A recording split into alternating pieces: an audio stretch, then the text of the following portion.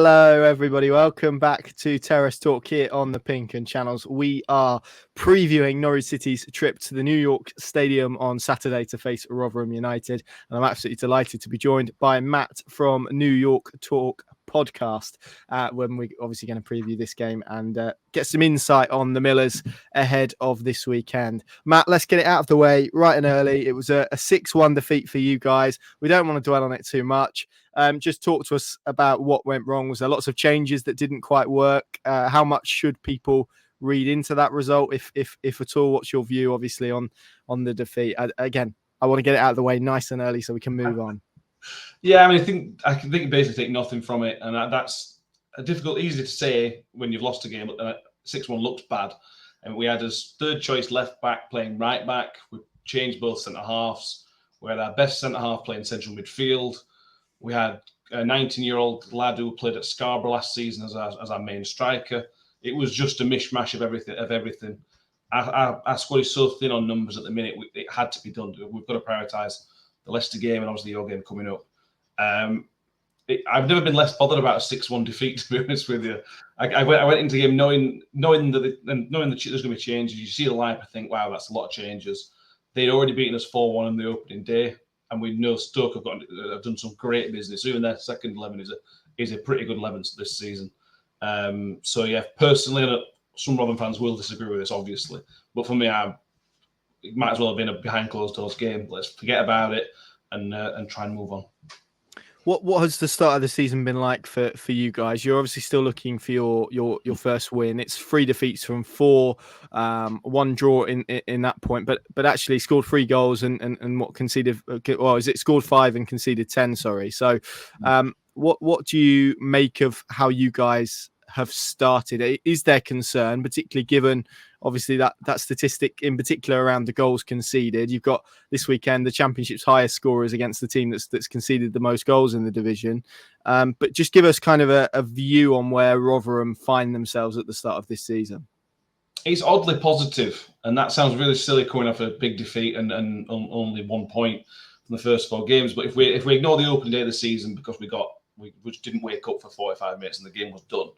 The Blackburn game, we were 2-0 up and cruising, genuinely cruising until we got the man sent off, which was wrong as confirmed by the PGM. Well, had we stayed at 11 men, we'd have won the game. We were so comfortable against Blackburn.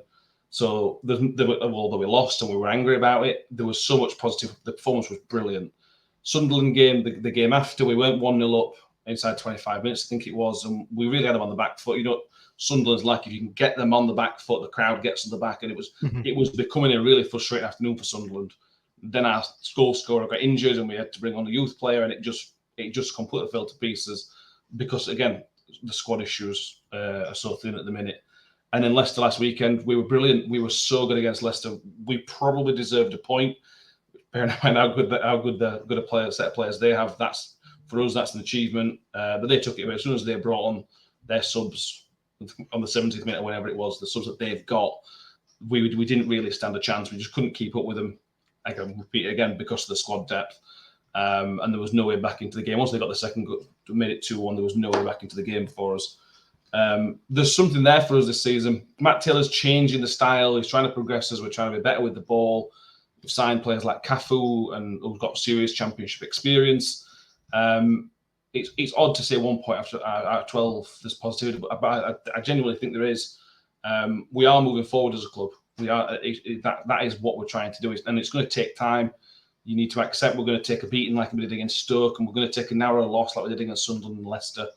We've had a tough start. These 5 games ending with you guys before the international break. That's a tough start of the season, and I think if we'd have took 4 points from that, we'd all be happy. We might have to settle with 1 or 2 maybe. That is a tough start to the season. After the international break, it settles down a bit. But we are really, really positive, strangely. Yeah, well, it's really interesting to hear that because I don't think that is the view that maybe people would have looking at the statistics, or that wouldn't be the feeling that many people would assume Rotherham United fans had looking at the numbers of everything. How difficult is it for fans to maintain that kind of level-headedness? We're going to be all right. It's going to even itself out, particularly with every week that you go without recording that first win, because it can be such a burden on teams, can't it? And not trying to record that first win of the season. Yeah, it can absolutely, and it's just about not getting too low. I think the fact we're playing good teams helps. Had we played Huddersfield and Preston and somebody like a few more middling teams, I think we'd all been seriously worried. But Stoke, I expect Stoke to be sort of near the top six. Sunderland were top six. Blackburn had a very good season, and we should have beat them. And then there's Leicester as well. So I think it helps that we've played these teams as well. I think that really does help. There's also positive in terms of transfer movement.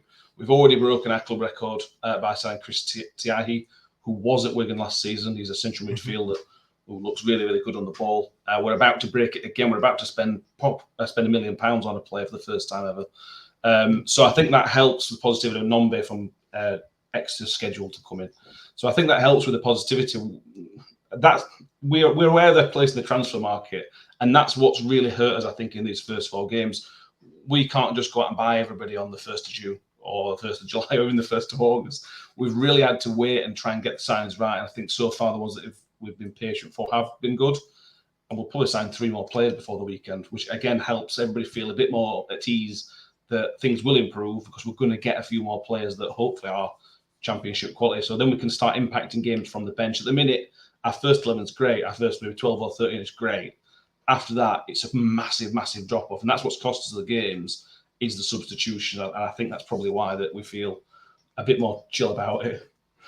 Yeah, well, that was going to be one of my questions. Obviously, we all know, and I'm very grateful that the window closes on Friday. It's always everyone. I think everyone is breathing a sigh of relief at this point when we get to this stage, and it all gets a bit frenetic and whatnot. But where are you at with Rotherham's business? I mean, from what you've said there, it sounds like probably the way it's going to go makes you feel incredibly positive, and as you say, probably helps with that kind of long-termism, I guess, of where you guys are at looking at the bigger picture this season.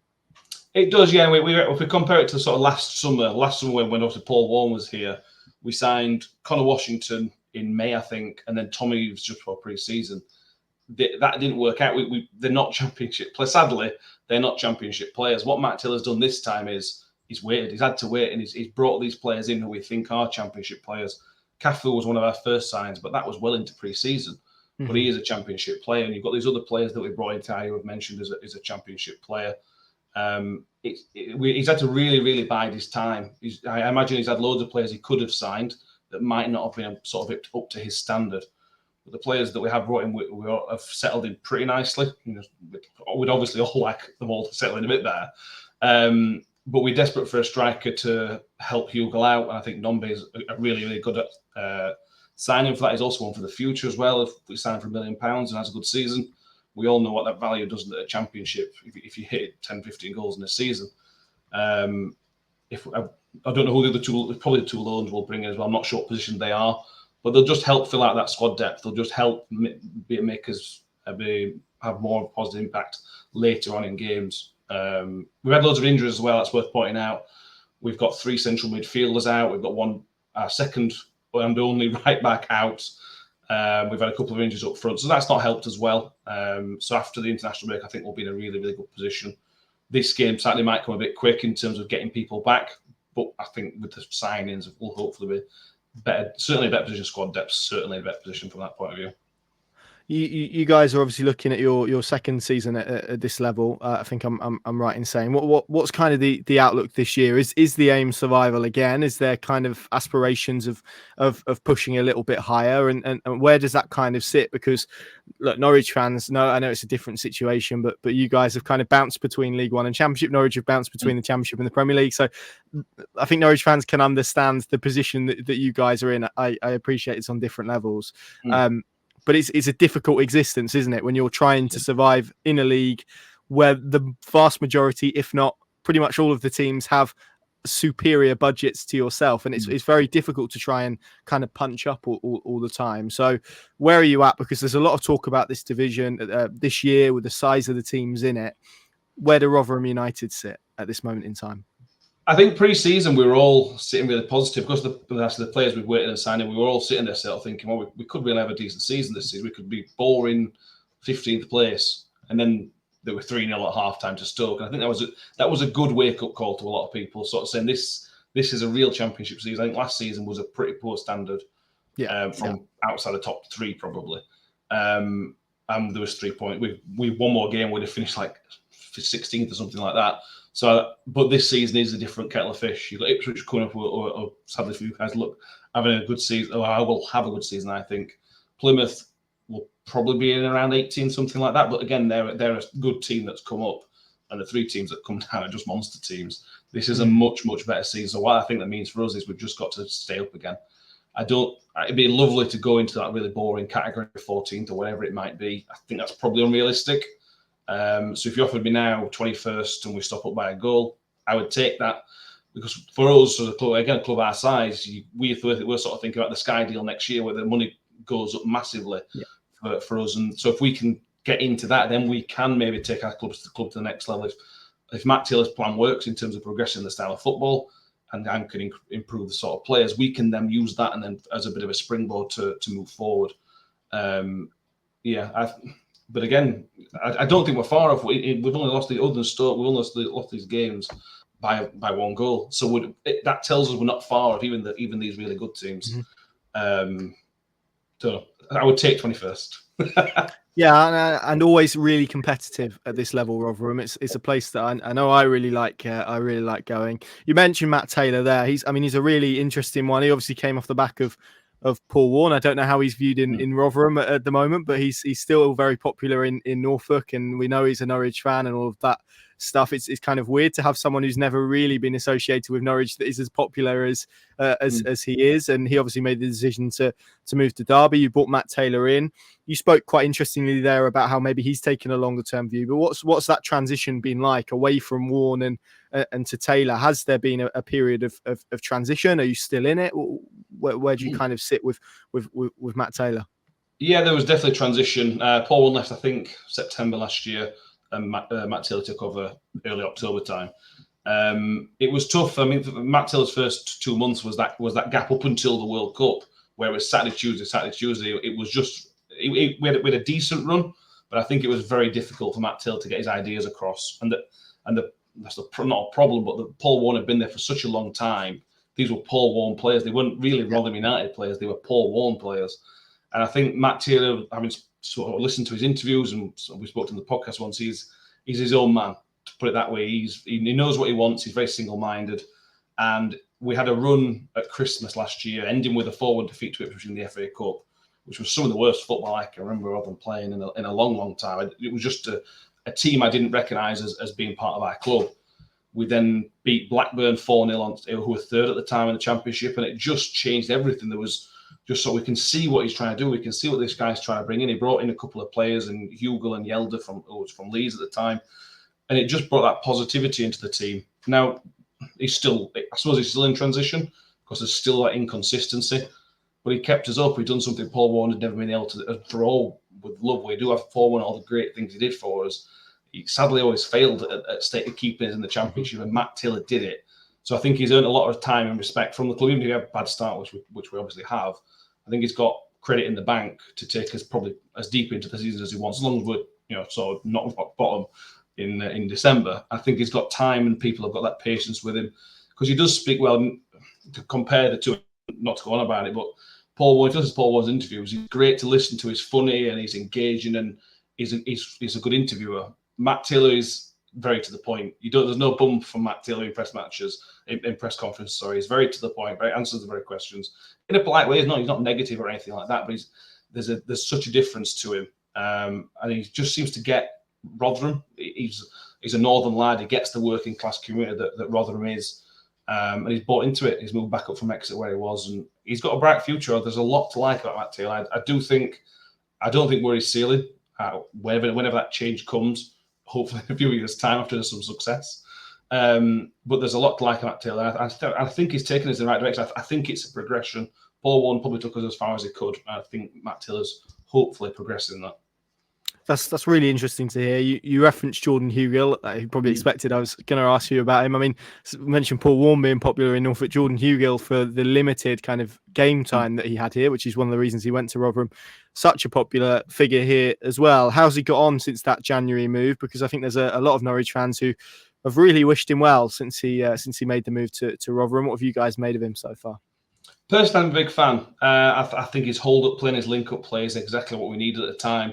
he's a canny operator. That's a good way of putting it. I think he knows exactly what he's doing. I think he follows Matt Taylor's instructions very well as well. We had Michael Smith previously who ran around a lot, but Jordan Hugill's much cleverer at what he does. He knows what he's doing and how he's doing it. He does get a bit of stick from people. He's a little bit divisive. I think he goes down a bit too easy at times, and he concentrates on the man more than the ball. I think that frustrates people.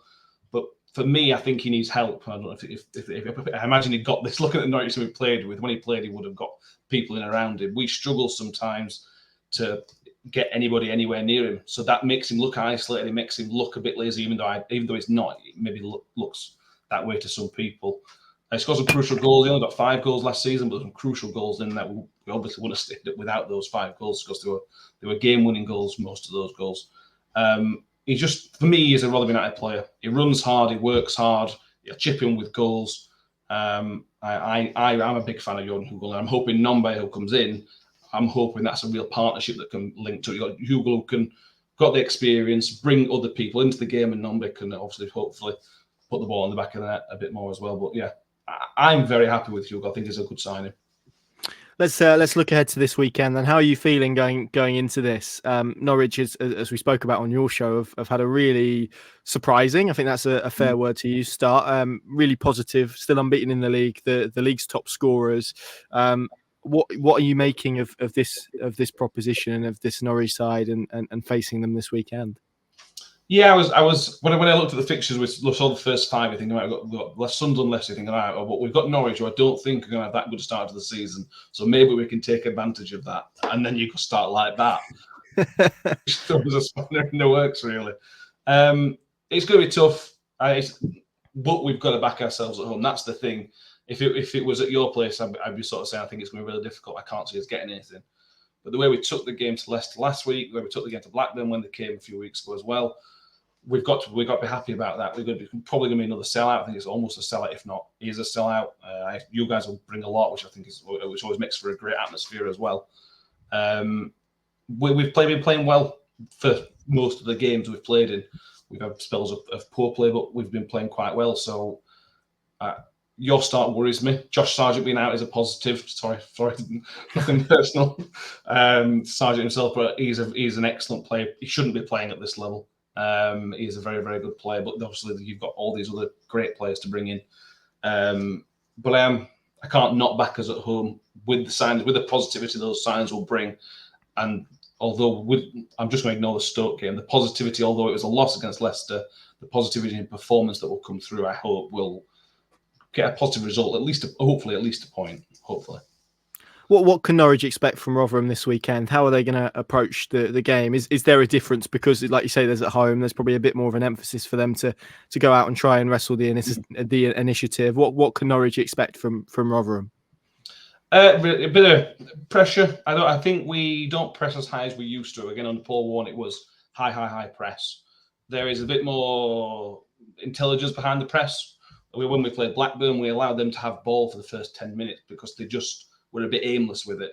So we were able to sit back, and then when they sort of lost a bit of ideas, we would then be able to be a bit more aggressive.